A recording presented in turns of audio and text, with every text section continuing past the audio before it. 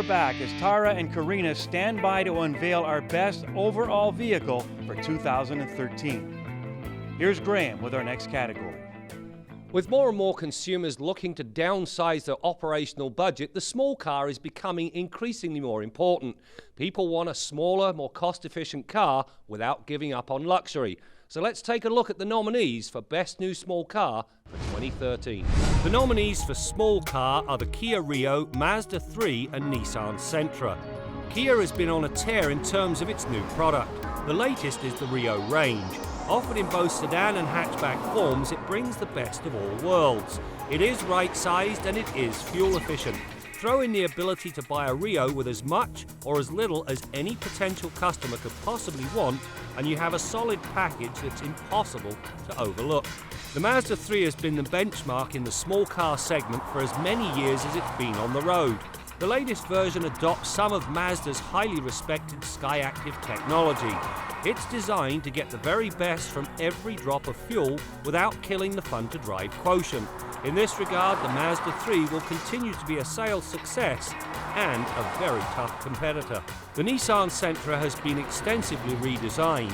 The 7th generation car is larger, lower and considerably lighter, which helps fuel economy.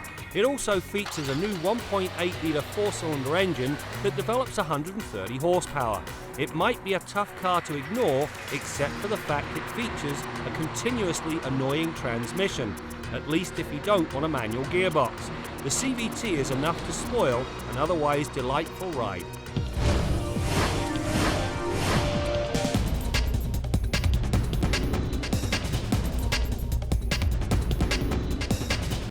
The winner of the small car category is the Kia Rio. For anyone looking to downsize their operational budget, the Rio is ideally suited. For a little over $20,000, you even get a heated steering wheel. It's now time to take a look at one of my favorite categories, Best New Performance Car. For the drivers, well, these three are pure nirvana. The nominees for performance car are the Audi S6, BMW M5 and Porsche 911. The 2013 Audi S6 is a powerhouse that puts 100k on the speedo in less than 5 seconds. Credit the 4-litre V8 and its 420 horsepower and 405 pound-feet of torque. The 7-speed gearbox then spreads the sweetness out over a very broad range. Throw in quattro all-wheel drive, a sports rear differential, and putting said power to pavement is a seamless affair. Then there's the handling. Scintillating is the only word.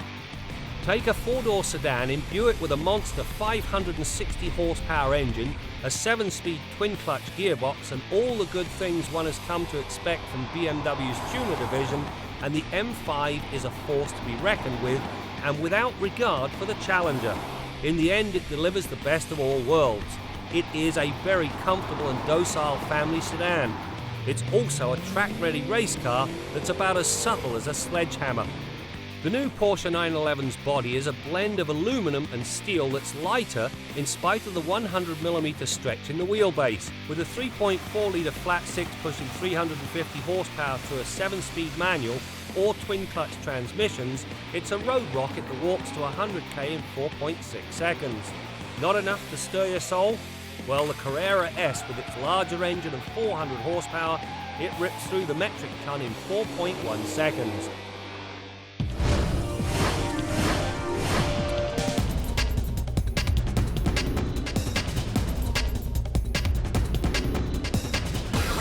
Graham, I don't know how you pick a winner among that group, but we must. We did indeed. For me, it was the M5. It is a family sedan. It is an out-and-out performance car. For me, it's just a total package. And I couldn't agree more. In fact, back in 1992, a black M5 was my dream car. But there I go again, dating myself. Stay with us. Our Car of the Year special is going to continue, and still to come, our overall top vehicle for 2013. Now, I've whined about daytime running lights on Kenzie's Corner before, but it's getting to be an increasing problem. People driving at night, particularly in the rain, with no lights on at the back of their car. Why do they do this? Well, you can't really blame them because nobody reads the owner's manual. They can see that there's light in front of the car and their dashboard lights are on, so they think the lights are on. That's the key. The dashboard lights have to be off, and car makers should be forced to design their daytime running lights that way. All they are required to do by Transport Canada regulation is have front lights illuminated. Most of them choose to go with 85% intensity high beams. Why? Because if you ran the low beams, they'd burn out more quickly and the manufacturers would have more warranty claims. Well, with new lighting technology, these lights last forever. That's no longer really a problem. But they really should have all lights all the time. Why? It's a safety thing. Come on, people, get into it. And while I'm speaking about safety and lighting, amber turn signals at the rear of the vehicle. This used to be a law in Germany, but even in Germany now, I see red turn signals. All emergency vehicles have amber signals. Why? Because they're more visible. You can see them. They distinguish between braking and turning. It's a critical deal. So why don't they do this? I don't know, but it's a safety thing. We'll be back with more of our motoring Car of the Year special right after this. Don't go away. Till next week, I'm Bill Gardner for Motoring 2000. What? What's the matter?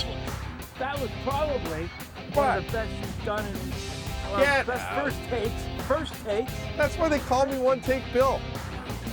Didn't you see the ACTRA Awards the other day, and they were best performance by an auto mechanic in a TV show. There is only one, so the award goes to